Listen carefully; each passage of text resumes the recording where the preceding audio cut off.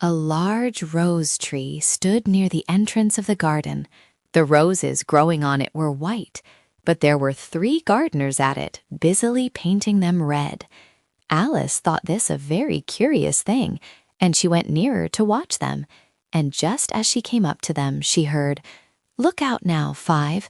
Don't go splashing paint over me like that." "I couldn't help it," said 5 in a sulky tone. "7 jogged my elbow." On which 7 looked up and said, "That's right, 5. Always lay the blame on others." "You'd better not talk," said 5. "I heard the Queen say only yesterday you deserve to be beheaded." "What for?" said the one who had spoken first. "That's none of your business, too," said 7. "Yes, it is his business," said 5, "and I'll tell him. It was for bringing the cook tulip roots instead of onions." 7 flung down his brush and had just begun, well, of all the unjust things, when his eye chanced to fall upon Alice as she stood watching them, and he checked himself suddenly. The others looked round also, and all of them bowed low. "Would you tell me," said Alice, a little timidly, "why you are painting those roses?" 5 and 7 said nothing, but looked at 2. 2 began in a low voice, "Why, the fact is, you see, miss, this here ought to have been a red rose tree, and we put a white one in by mistake, and if the Queen was to find it out, we should all have our heads cut off, you know. So you see, miss, we're doing our best afore she comes to—" At this moment 5, who had been anxiously looking across the garden, called out, "The Queen! The Queen!" and the 3 gardeners instantly threw themselves flat upon their faces. There was a sound of many footsteps, and Alice looked round, eager to see the Queen. First came 10 soldiers carrying clubs. These were all shaped like the 3 gardeners, oblong and flat, with their hands and feet at the corners. Next, the 10 courtiers. These were ornamented all over with diamonds, and walked 2 and 2 as the soldiers did. After these came the royal children. There were 10 of them, and the little dears came jumping merrily along hand in hand in couples. They were all ornamented with hearts. Next came the guests, mostly kings and queens, and among them Alice recognized the White Rabbit. It was talking in a hurried, nervous manner, smiling at everything that was said, and went by without noticing her. Then followed the Knave of Hearts, carrying the king's crown on a crimson velvet cushion, and last of all this grand procession came the King and Queen of Hearts. Alice was rather doubtful whether she ought not to lie down on her face like the 3 gardeners, but she could not remember ever having heard of such a rule at processions. And besides, what would be the use of a procession, thought she, if people had all to lie down upon their faces so that they couldn't see it? So she stood still where she was and waited. When the procession came opposite to Alice, they all stopped and looked at her, and the Queen said severely, "Who is this?" She said it to the Knave of Hearts, who only bowed and smiled in reply. "Idiot," said the Queen, tossing her head impatiently, and turning to Alice, she went on, "What's your name, child?" "My name is Alice, so please your Majesty," said Alice very politely, but she added to herself, "Why, they're only a pack of cards after all. I needn't be afraid of them." "And who are these?" said the Queen, pointing to the 3 gardeners who were lying round the rose tree, for, you see, as they were lying on their faces, and the pattern on their backs was the same as the rest of the pack, she could not tell whether they were gardeners, or soldiers, or courtiers, or 3 of her own children. "How should I know?" said Alice, surprised at her own courage. "It's no business of mine." The Queen turned crimson with fury, and after glaring at her for a moment like a wild beast, screamed, "Off with her head! Off!" "Nonsense," said Alice very loudly and decidedly, and the Queen was silent.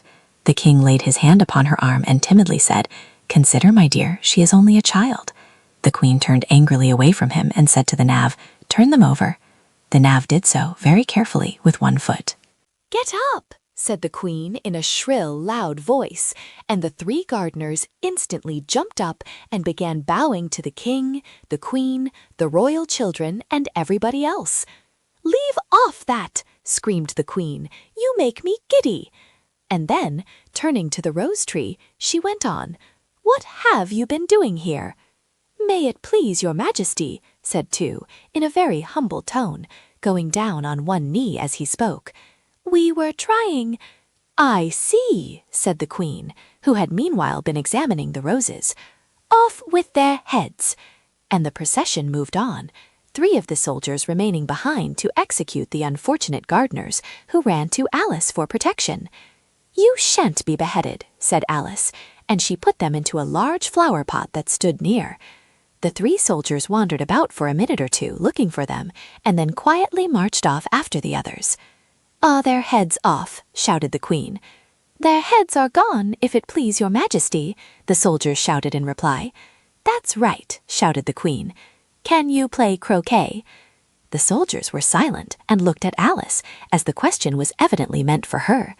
"Yes," shouted Alice. "Come on, then," roared the Queen, and Alice joined the procession, wondering very much what would happen next. It's a very fine day," said a timid voice at her side. She was walking by the White Rabbit, who was peeping anxiously into her face. "Very," said Alice. "Where's the Duchess?" "Hush, hush," said the Rabbit in a low, hurried tone. He looked anxiously over his shoulder as he spoke, and then raised himself upon tiptoe, put his mouth close to her ear, and whispered, "She's under sentence of execution." "What for?" said Alice. "Did you say what a pity?" the Rabbit asked. "No, I didn't," said Alice. "I don't think it's at all a pity. I said, what for?" "She boxed the Queen's ears," the Rabbit began. Alice gave a little scream of laughter. "Oh, hush," the Rabbit whispered in a frightened tone. "The Queen will hear you. You see, she came rather late, and the Queen said—" "Get to your places," shouted the Queen in a voice of thunder, and people began running about in all directions, tumbling up against each other. However, they got settled down in a minute or two, and the game began. Alice thought she had never seen such a curious croquet-ground in her life. It was all ridges and furrows. The balls were live hedgehogs, the mallets live flamingos, and the soldiers had to double themselves up and to stand on their hands and feet to make the arches. The chief difficulty Alice found at first was in managing her flamingo.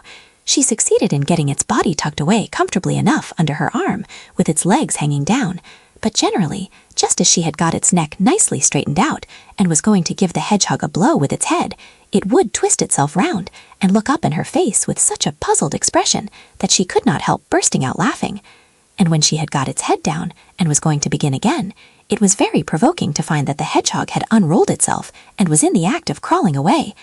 Besides all this, there was generally a ridge or furrow in the way wherever she wanted to send the hedgehog to, and as the doubled-up soldiers were always getting up and walking off to other parts of the ground, Alice soon came to the conclusion that it was a very difficult game indeed. The players all played at once without waiting for turns, quarreling all the while and fighting for the hedgehogs, and in a very short time the Queen was in a furious passion and went stamping about and shouting "Off with his head!" or "Off with her head!" about once in a minute. Alice began to feel very uneasy. To be sure, she had not as yet had any dispute with the Queen, but she knew that it might happen any minute. And then, thought she, what would become of me? They're dreadfully fond of beheading people here. The great wonder is that there's anyone left alive. She was looking about for some way of escape and wondering whether she could get away without being seen, when she noticed a curious appearance in the air. It puzzled her very much at first, but after watching it a minute or two, she made it out to be a grin, and she said to herself, "It's the Cheshire Cat. Now I shall have somebody to talk to." "How are you getting on?" said the cat, as soon as there was mouth enough for it to speak with. Alice waited till the eyes appeared, and then nodded. It's no use speaking to it, she thought, till its ears have come, or at least one of them.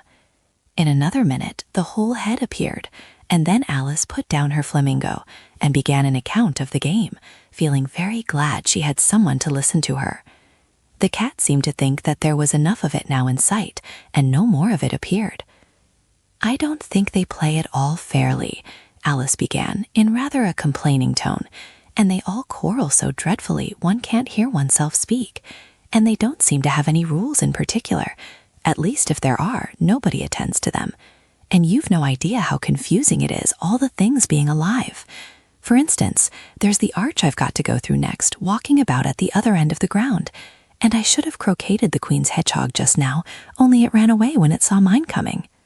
"How do you like the Queen?" said the cat in a low voice. "Not at all," said Alice. "She's so extremely—" Just then she noticed that the Queen was close behind her, listening, so she went on, likely to win that it's hardly worthwhile finishing the game. The queen smiled and passed on. "Who are you talking to?" said the king, going up to Alice and looking at the cat's head with great curiosity. "It's a friend of mine, a Cheshire cat," said Alice.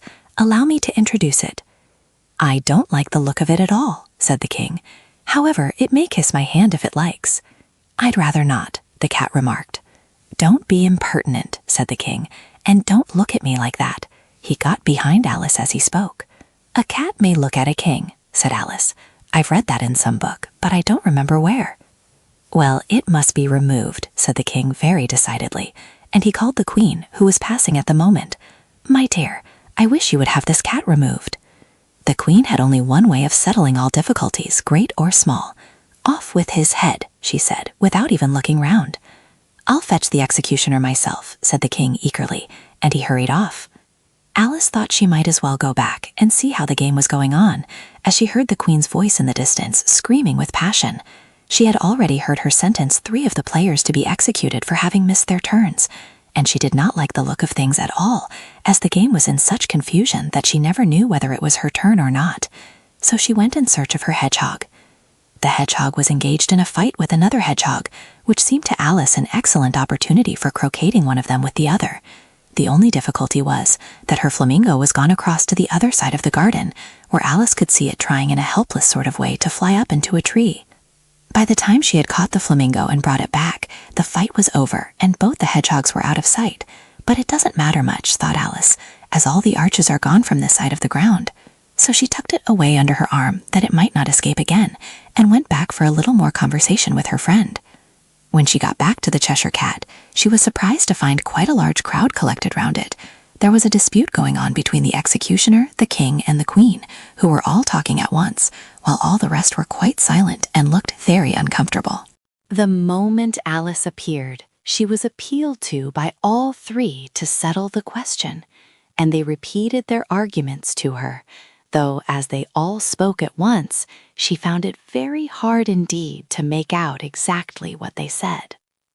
The executioner's argument was that you couldn't cut off a head unless there was a body to cut it off from, that he had never had to do such a thing before, and he wasn't going to begin at his time of life. The king's argument was that anything that had a head could be beheaded, and that you weren't to talk nonsense. The queen's argument was that if something wasn't done about it in less than no time, she'd have everybody executed all round. It was this last remark that had made the whole party look so grave and anxious. Alice could think of nothing else to say but, "It belongs to the Duchess. You'd better ask her about it." "She's in prison," the queen said to the executioner. "Fetch her here." And the executioner went off like an arrow.